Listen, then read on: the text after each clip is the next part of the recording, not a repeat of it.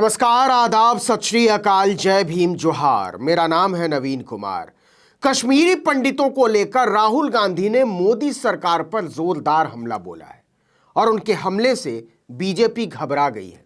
देखिए कि भारत जोड़ो यात्रा खत्म हो चुकी है और इसी के साथ कांग्रेस ने हाथ से हाथ जोड़ो अभियान की शुरुआत कर दी है। यानी कांग्रेस अब किसी भी तरह जनता के साथ अपने संपर्क को टूटने नहीं देना चाहती। इसी जद्दोजहद में लगी कांग्रेस इस समय तमाम मुद्दे उठा रही है और मोदी सरकार की नाक में दम कर रही है।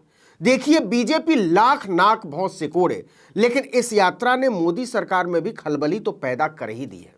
हालांकि बीजेपी यही दिखाने की कोशिश कर रही है कि इस यात्रा से उसे कोई नुकसान नहीं होने वाला है, लेकिन कांग्रेस उसे चैन की सांस नहीं लेने दे रही है। इसी कड़ी में कांग्रेस ने उठा दिया है कश्मीरी पंडितों का मुद्दा। कश्मीरी पंडितों की हालत पर चिंता जताते हुए कांग्रेस सांसद और पूर्व अध्यक्ष राहुल गांधी ने पीएम मोदी को 2 पन्नों की चिट्ठी लिख डाली है। उन्होंने लिखा, प्रिय प्रधानमंत्री जी, आशा है आप सकुशल होंगे। इस पत्र के माध्यम से मैं आपका ध्यान कश्मीर घाटी से विस्थापित कश्मीरी पंडित समुदाय की पीड़ा की ओर खींचना चाहता हूं।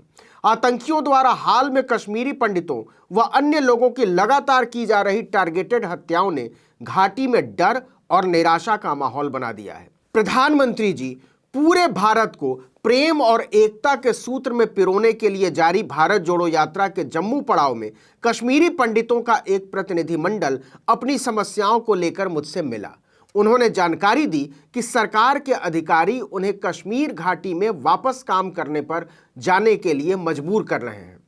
इन हालात में सुरक्षा और सलामती की पक्की गारंटी के बिना उन्हें घाटी में काम पर जाने के लिए मजबूर करना एक निर्दयी कदम है। हालात के सुधरने और सामान्य होने तक सरकार इन कश्मीरी पंडित कर्मचारियों से अन्य प्रशासकीय व जन सुविधा के कार्यों में सेवाएं ले सकती है। अपनी सुरक्षा और परिवार की चिंताओं को लेकर गुहार लगा रहे कश्मीरी पंडितों को आज जब सरकार से हमदर्दी और अपनेपन की उम्मीद है, तब उपराज्यपाल जी द्वारा उनके लिए भिखारी जैसे शब्दों का प्रयोग गैर जिम्मेदाराना है। प्रधानमंत्री जी, शायद आप स्थानीय प्रशासन की इस असंवेदनशील शैली से परिचित न हो। मैंने कश्मीरी पंडित भाइयों बहनों को भरोसा दिया है कि उनकी चिंताओं व मांगों को आप तक पहुंचाने का पूरा प्रयास करूंगा। मुझे उम्मीद है कि यह सूचना मिलते ही आप इस बारे में उचित कदम उठाएंगे। माता खीर भवानी की कृपा आप पर बनी रहे। धन्यवाद। राहुल गांधी। राहुल गांधी की इस चिट्ठी ने एक बार फिर देश की राजनीति में हलचल मचा दी है, क्योंकि कश्मीरी पंडितों पर नरेंद्र मोदी बुरी तरह से फंसे हुए हैं। कहां तो उन्हें मुख्य धारा में बसाने का वादा था और कहां फिर से 20 साल से बंद कत्लेआम शुरू हो गए। धारा 370 खत्म करने की चाल ने कश्मीरी पंडितों के लिए जरा भी भला नहीं किया है, उल्टा उन्हें खतरे में ही डाला है। इस चिट्ठी के सहारे राहुल गांधी ने जम्मू कश्मीर की जनता को साधने की कोशिश की है, क्योंकि सब ठीक रहा तो इस साल जम्मू कश्मीर में भी विधानसभा के चुनाव हो सकते हैं। दरअसल राहुल गांधी ने पीएम मोदी को यह चिट्ठी उन शिकायतों के आधार पर लिखी है जो भारत जोड़ो यात्रा के दौरान कश्मीरी पंडितों ने राहुल गांधी से की थी, जब कश्मीरी पंडित राहुल गांधी से मिलने पहुंचे थे। अपनी इस मुलाकात का जिक्र राहुल ने जम्मू कश्मीर में अपने संबोधन के दौरान भी किया था। आज सुबह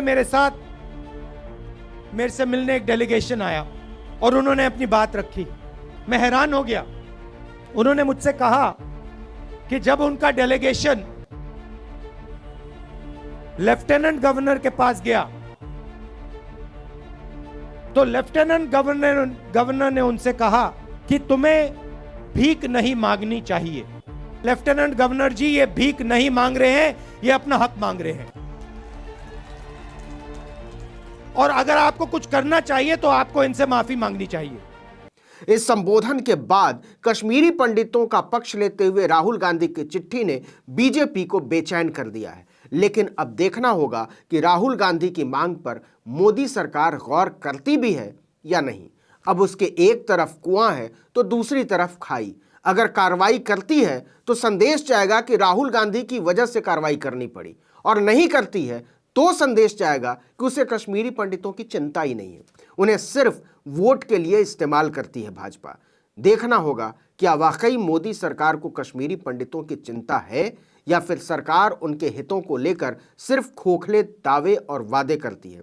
लेकिन द कश्मीरी फाइल्स को प्रमोट कर खुद को कश्मीरी पंडितों का रहनुमा बताने वाली मोदी सरकार अब फंस तो गई ही है। इस वीडियो में इतना ही, लेकिन अगर आपने आर्टिकल 19 इंडिया को अब तक सब्सक्राइब नहीं किया है तो फौरन कर दीजिए, बेल आइकॉन दबाइए, घंटी जैसी आकृति लाइक कीजिए और कमेंट करके बताइए हमारा वीडियो आपको कैसा लगा। यूट्यूब पर देख रहे हो तो हमारे चैनल को सब्सक्राइब कर लीजिए, फेसबुक पर देख रहे हो तो हमारे पेज को लाइक कर लीजिए, इंस्टाग्राम पर हमें फॉलो कीजिए और हमारा ट्विटर हैंडल है आर्टिकल 19_इंडिया और मेरा ट्विटर हैंडल है नवीन जर्नलिस्ट। आप मुझे भी फॉलो कर सकते हैं। नमस्कार।